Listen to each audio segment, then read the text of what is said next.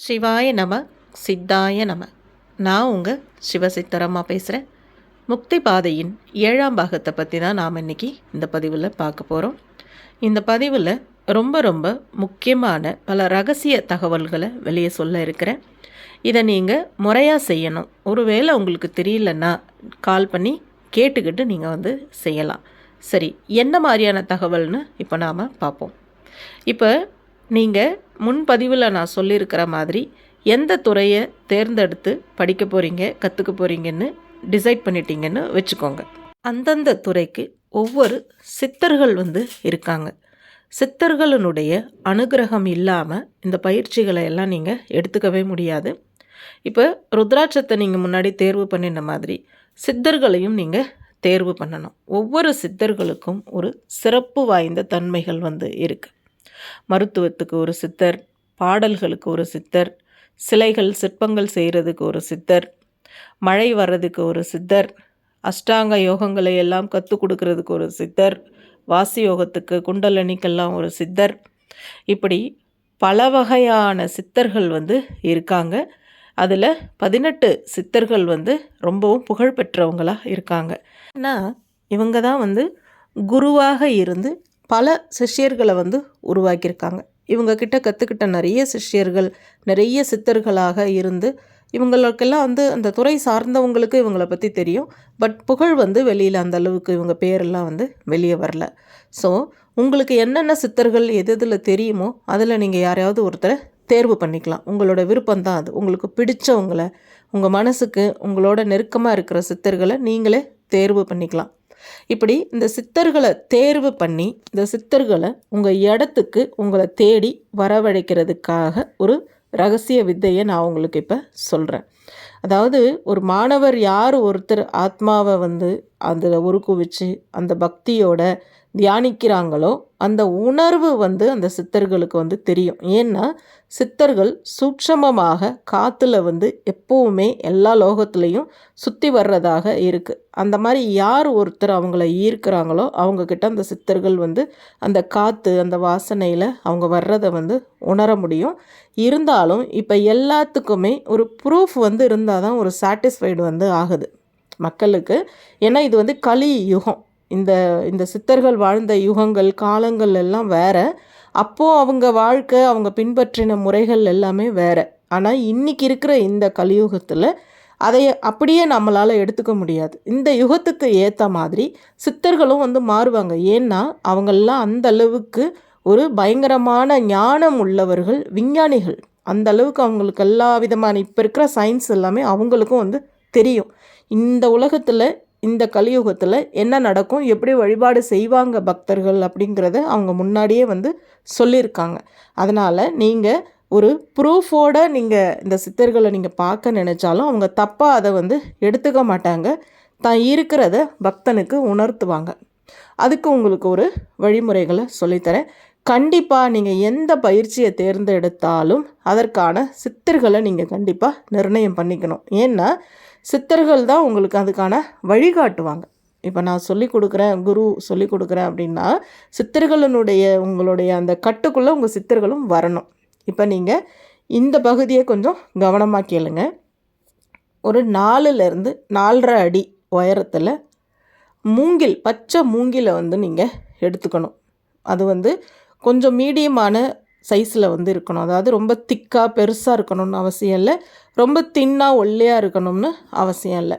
ஓரளவு உங்கள் கைப்பிடிக்குள்ளே அடங்குற மாதிரியான ஒரு ஸ்ட்ரென்த்தில் ஒரு 4 இல்லைன்னா 4.5 அடி எது வேணாலும் வச்சுக்கலாம், பிரச்சனை இல்லை. 3 மூங்கில் கொம்புகளை எடுத்து நீங்கள் யார் சித்தரை நோக்கி வழிபாடு செய்கிறீங்களோ, இப்போ முன்னெல்லாம் பார்த்திங்கன்னா குழி நோண்டி அதில் அந்த கம்பை நிறுத்துவாங்க.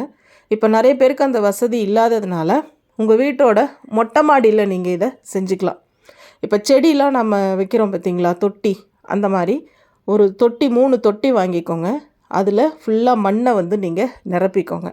அந்த மண்ணை நிரப்பிட்டு அந்த ஒவ்வொரு தொட்டிலையும் ஒவ்வொரு மூங்கில நீங்கள் நட்டு வச்சிடணும். அதாவது குத்தி வச்சிடணும். 3 குச்சியையும் குத்திட்டு அந்த குச்சிக்கு ஃபுல்லாக மஞ்சள் தடவி குங்குமம் வச்சு விபூதி பட்டை விட்டுறணும். விபூதி பட்டை இட்டுட்டு குங்குமம் வச்சுட்டு ஒரு காவி நிறம் அல்லது ஒரு வெள்ளை நிறம் எது உங்களுக்கு பிடிச்சிருக்கோ அது ஒரு வேட்டியை எடுத்து வரிசையாக இந்த 3 குச்சிகளை, அதாவது 3 தொட்டிகளை வந்து வரிசையாக நீங்கள் வந்து கிழக்கு பார்த்து வச்சுட்டு அந்த வேட்டியை வந்து நீங்கள் அது மேலே வந்து போத்தி விட்டுறணும். மேலே வந்து மேல் நோக்கி போத்தி விட்டுட்டு துணி காய வைக்கிறதுக்கு கிளிப் யூஸ் பண்ணுறீங்க இல்லையா, அந்த கிளிப்பை எடுத்து நீங்கள் அப்படியே சுருட்டி ஒரு சைடாக வச்சு கிளிப்பு வந்து போட்டுடணும். அதாவது காற்றுல பறந்து போகாத அளவுக்கு கிளிப்பு வந்து நல்லா டைட்டாக கீழே ஃபுல்லாக நீங்கள் போட்டுறணும். போட்டுட்டு சாம்பிராணி புகையை வந்து காட்டி பூவெல்லாம் வந்து நீங்கள் போட்டு கற்பூர ஆரத்தி வந்து காட்டி 3 கொம்புகளுக்கும் 3 சொம்பில் தண்ணி வந்து நீங்கள் வச்சிடணும். 3 சொம்பு, அதாவது அந்த குச்சிக்கு நேராக 3 சொம்பில் வந்து தண்ணி வச்சிடணும். அது நீங்கள் பித்தளை சொம்பாக இருக்கலாம், மண் சொம்பாக கூட இருக்கலாம், சில்வர் வந்து பயன்படுத்தக்கூடாது. அந்த மாதிரி 3த்தும் நேராக வச்சுட்டு நீங்கள் நைட்டு அதை மொட்டை மாடியில் விட்டுட்டு வீட்டுக்கு போயிடுங்க. மறுநாள் காலையில் நீங்கள் மேலே குளிச்சுட்டு எல்லாம் முடிச்சுட்டு மாடிக்கு வந்து நீங்கள் எங்கே வச்சுருக்கீங்களோ உங்களுடைய மாடிக்கு நீங்கள் வந்து பார்த்திங்கன்னாக்கா அந்த தண்ணி வந்து அளவுகள் எல்லாமே குறைஞ்சிருக்கும். அந்த மாதிரி குறைஞ்சிருக்குன்னா அந்த வேட்டியில் நீங்கள் மேலே போத்தின அந்த வேட்டியில் அந்த கொம்பில் சித்தர்களினுடைய அந்த தன்மையை, அவங்க வந்திருக்காங்கங்கிற தன்மையை உங்களால் வந்து உணர முடியும், உணர்வு பூர்வமாக உணர முடியும்.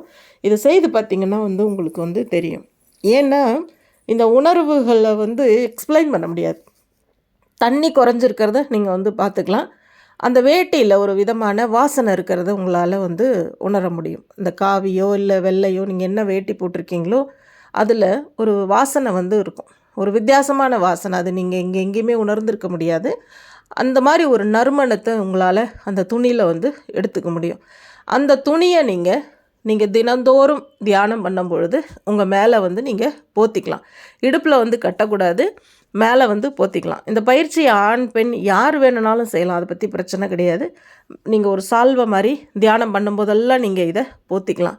இதை நீங்கள் மாதம் ஒரு தடவை துவைச்சா போதும், தினமும் துவைக்கணும்னு அவசியம் கிடையாது. ஏன்னா கொஞ்ச நேரம் நீங்கள் போத்தி தான் தியானம் பண்ண போகிறீங்க. மாதம் ஒரு தடவை துவைச்சா போதும். தியானம் பண்ணிவிட்டு மடித்து நீங்கள் எடுத்து வச்சுக்கலாம். அந்த மூங்கில் குச்சியை நீங்கள் வச்சுருக்கிறீங்க பார்த்தீங்களா, மூங்கில் குச்சியை, அதை நீங்கள் அந்த மண்ணிலேருந்து எடுத்து உருவி ஒரு நல்ல ஒரு நூலால் வந்து கட்டி உங்கள் வீட்டில் பூஜை ரூமில் ஒரு ஓரமாக நீங்கள் நிறுத்திடுங்க. நிறுத்தி வச்சுட்டு அதே மாதிரி மஞ்சள் குங்குமம் எப்பயும் சாமி கும்பிட்றது, எல்லா சாமி கும்பிட்றதுக்கு ஏற்ற மாதிரி அந்த மூங்கிலுக்கும் நீங்கள் தொடர்ந்து வழிபாடு செய்யலாம். ஏன்னா அதில் சித்தர்களுடைய அந்த பக்தி, அந்த சாரமெல்லாம் அந்த மூங்கிலில் இருக்கிறத உங்களால் உணர முடியும். அதிலிருந்து உங்களுக்கு ஒரு சத்தமும் வந்து கேட்கும். இதுதான் ரொம்ப உங்களுக்கு விசேஷமானது. நீங்கள் அந்த மூங்கிலில் நீங்கள் எடுத்துகிட்டு வந்து உங்கள் வீட்டில் வச்சுட்டிங்க அப்படின்னு சொன்னாக்கா அதிலிருந்து ஒரு ஓம் அப்படிங்கிற ஒரு வைப்ரேஷன், ஒரு சத்தம் கேட்குறத நீங்கள் உணர முடியும். எப்படி இது என் அனுபவத்தில் நான் உணர்ந்தது. இப்போ என்னோட இல்லத்தில் பார்த்திங்கன்னா நான் வழிபாடு செய்யும் பொழுது கரெக்டாக 3:15 மணி இல்லை ஒரு 3:30 மணிக்கு ஓம் சவுண்டு வந்து கேட்கும். எங்கேருந்து கேட்குது, யார் அந்த சவுண்டு கொடுக்குறாங்கன்னு தெரியாது. ஏன்னா நான் அதுக்கப்புறம் தான் நான் ரெடி ஆவேன் தியானத்துக்கு, பூஜைக்கெலாம். ஆனால் இந்த சத்தம் வந்து கேட்குது. கிட்டத்தட்ட நான் 20 வருஷமாக கேட்டுக்கிட்டு இருக்கேன். இந்த சத்தம் வந்து எனக்கு இன்ன வரைக்கும் கேட்டுக்கிட்டு தான் இருக்குது. இதை நான் உணர்ந்ததை தான் உங்களுக்கு நானும் சொல்லித்தரேன். செஞ்சு பார்த்திங்கன்னா உங்களுக்கும் தெரியும். ஆனால் இதில் ஆராய்ச்சி பண்ணுற மாதிரியான மனநிலையோ சோதிக்கிற மனநிலையோ இருக்கக்கூடாது. முழுக்க அர்ப்பணமான பக்தி உணர்வு வந்து உங்களுக்கு இருக்கணும். சரணாகதி நிலை வந்து இருக்கணும்.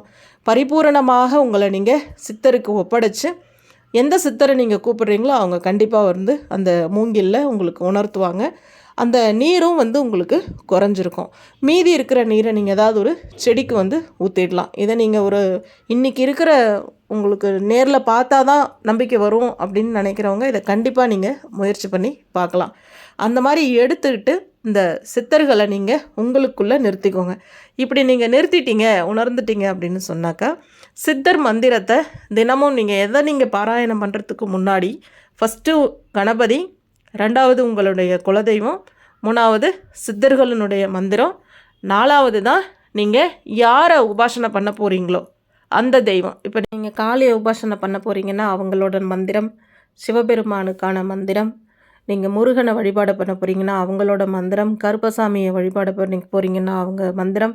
இப்படி நீங்கள் எந்த தெய்வங்கள் சார்ந்த விஷயங்களை நீங்கள் பண்ண போகிறீங்களோ அவங்களுக்கான மந்திரங்களை நீங்கள் சொல்லணும். இதுக்கு அடுத்தது 5வதாக வர்றது தான் எதை சித்தி பண்ண போகிறீங்க நீங்கள், எந்த சக்தியை நீங்கள் சித்தி பண்ண போகிறீங்க, உங்களுக்காக நீங்கள் ஒரு விஷயத்தை அடையிறதுக்கு நீங்கள் என்ன பண்ண போகிறீங்களோ அதற்கான மந்திரம். இப்போ நீங்கள் ஒரு உதாரணத்துக்கு ஒரு பெரிய வைத்தியராக ஆகணும் அப்படின்னா அதற்கான சித்தி மந்திரம். இந்த மந்திரங்களை எல்லாம் நீங்கள் பாராயணம் பண்ணணும். இந்த 5 வகை மந்திரங்களை நீங்கள் பாராயணம் பண்ணி முடிச்சுட்டு தான் அடுத்த வேலையவே நீங்கள் பார்க்கணும். சரி, அடுத்த பதிவில் ப்ராக்டிக்கல் வகுப்பை பற்றி உங்களுக்கு நான் எக்ஸ்பிளைன் பண்ண போகிறேன். இந்த ப்ராக்டிக்கல் வகுப்பை நான் டெமோ காமிச்சு வீடியோவாக கொடுக்க போகிறதில்ல, எக்ஸ்பிளைன் தான் உங்களுக்கு நான் பண்ண போகிறேன்.